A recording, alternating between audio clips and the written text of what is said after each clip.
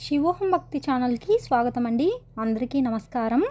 మాఘపురాణం 7వ అధ్యాయం మృగశృంగుడు యముని గూర్చి వ్రతం ఆచరించుట. ఈ విధముగా ఏనుగునకు శాప విమోచనమైన తరువాత మరలా మృగశృంగుడు కావేరీ నదిలో దిగి అకాల మృత్యువు వాతబడిన ఆ ముగ్గురు కన్యలను బ్రతికించు నిమిత్తము యమధర్మరాజును గురించి తపస్సు చేయను ఆరంభించారు. నిక్షల మనస్సుతో తదేక దీక్షతో యముని గూర్చి ధ్యానించుచుండగా మృగశృంగుని కఠోర దీక్షకు యముడు సంతసించి ప్రత్యక్షమై, మృగశృంగా, నీ కఠోర దీక్షకు పరోపకార పరాయణతకు నేనెంతయూ సంతసించి తిని, నా గురించి ఇంత దీక్షతో ఎవ్వరూ తపమాచరించి ఉండలేదు.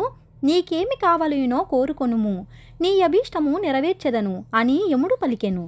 ఆ పలుకులు విని మృగశృంగుడు కన్నులు తెరిచి చూడగా యముడు తన ఎదుట నిలబడియున్నారు.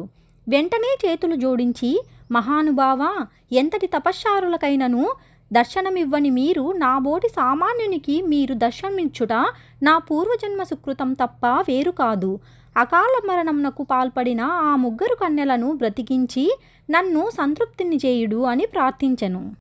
మృగశృంగుని పరోపకార బుద్ధికి, దయార్థ హృదయమునకు యముడు సంతోషించి అతని కోరిక ప్రకారము ఆ ముగ్గురు కన్యలకు ప్రాణదానము చేయనేంచి, మృగశృంగా, నీ భక్తికి మెచ్చితిని, నీ పరోపకార బుద్ధి నన్ను ఆకర్షించింది, నీకు జయమగుగాక అని యముడు దీవించగా, మహాపురుష, మిమ్ము సంతోషపెట్టుట సామాన్యమైనది కాదు.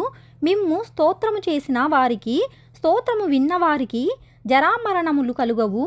అట్టివారికి అన్ని విధముల శుభములు కలుగునట్లా అనుగ్రహింపుము అని ప్రార్థించగా, అటులనే నీ కోరిక సఫలమవుగాక అని యమధర్మరాజు దీవించి అదృశ్యమయ్యను.